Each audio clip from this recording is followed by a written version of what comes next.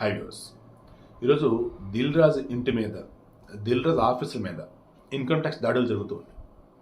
ఈ మూమెంట్లో income tax అసలు ఎవరి మీద దాడులు చేసింది ఏంటి అన్నప్పుడు మన శివప్రసాద్ వీస్ ఛానల్లో ఒక వీడియో పెట్టాను నిన్న.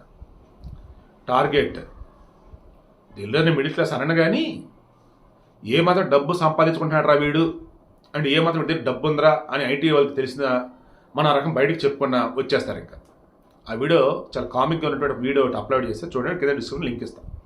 సో విషయం ఏంటి, దిల్ రాజు బ్రదర్ శిరీష్ ఏం చేశారు, మొన్న సంక్రాంతి కోసం ప్రీ రిలీజ్ ఈవెంట్లో సక్సెస్ మీట్లో గేమ్ చేంజర్తో ఆల్మోస్ట్ ఇక మేము మునిగిపోయాం, ఇక పైకి లెగవలేం అన్నట్టుగా ఉన్నటువంటి మూమెంట్లో మమ్మల్ని బయటికి లాగాడు, నిలబెట్టాడు అనిల్ రావిపూడి. ఇండైరెక్ట్గా చెప్పాడు ఎలా, మేము మునిగిపోతున్న ప్రతిసారి బావిలో బయటికి లాగినవాడు అనిల్.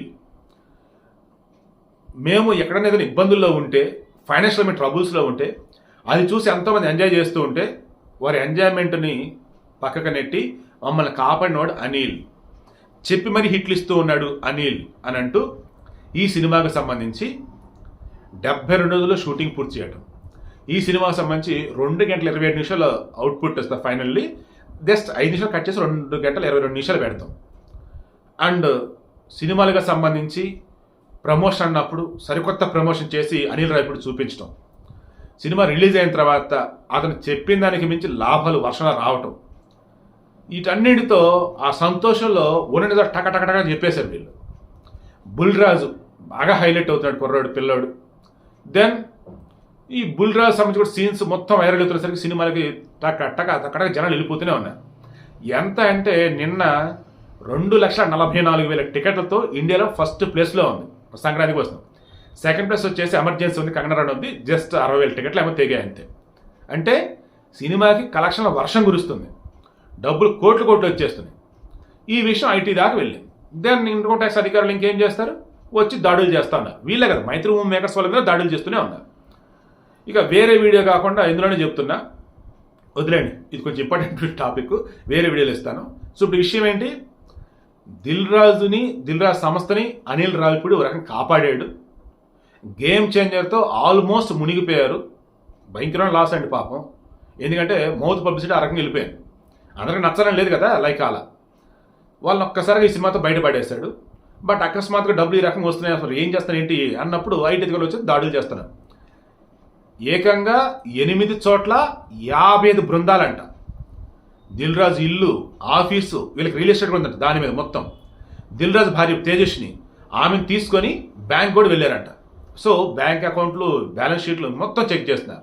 సో ఏంటి ఇప్పుడు విషయం, మరి సక్సెస్ని ఎంజాయ్ చేద్దాం దిల్ రాజు అనుకుంటూ ఉంటే ఈ ఐటీ దాడులు చేయటం వల్ల మనం ఇక్కడ తప్పు చేసామా, మన ఆడిటర్లు ఏమైనా వదిలేశారా అని ఇప్పుడు భయంలో ఉన్నారు.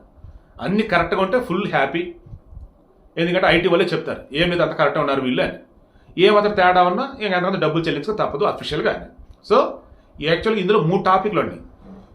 దిల్ రాజుని ఏ రకంగా అనిల్ రావిపూడి కాపాడాడు, ఒక సినిమాని తీస్తున్నప్పుడు ముందుగానే ప్రీ ప్లానెడ్గా ఫుల్ స్క్రిప్ట్ అన్నది ఎలా ఉండాలి, అండ్ సినిమాని అనుకున్న బడ్జెట్లో అనుకున్న టైంలో తీసి ఏ రకంగా రిలీజ్ చేస్తే లాభాలు వస్తున్నది అనిల్ రావిపూడి చూపించాడు.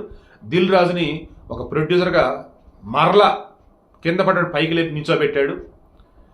అనిల్ రావిపూడి అనబడే వ్యక్తి మొన్న ఒక ఇంటర్వ్యూలో ఇండైరెక్ట్ గేమ్ చేంజర్కి శంకర్ని టార్గెట్ కదా వాళ్ళ గురించి చెప్తూ, డబ్బులు ఎవరు ఎలా నాశనం చేస్తారు, ఎందుకు నాశనం చేస్తారు అనేది ఎక్స్ప్లెయిన్ చేస్తూ, నేను అన్నవాడిని ప్రొడ్యూసర్ మంచి కోరుకోవాలి, ఇండస్ట్రీకి సంబంధించి హిట్ ఇస్తున్నాను అనుకుంటే దానికి తగ్గట్టుగానే హీరోయిన్ సెలెక్ట్ చేసుకోవాలి, కథకు తగ్గట్టుగానే క్యారెక్టర్లో ఉండాలి, ఆ క్యారెక్టర్ తగ్గట్టుగానే నా స్క్రిప్ట్ అనేది ఉండాలి, ఓవరాల్గా కంటెంట్ బయటకు వచ్చాక జనాలు దాన్ని చూసి ఆదరించాలి, అదే నేను చేశాను చెప్పేసి అన్నాడు.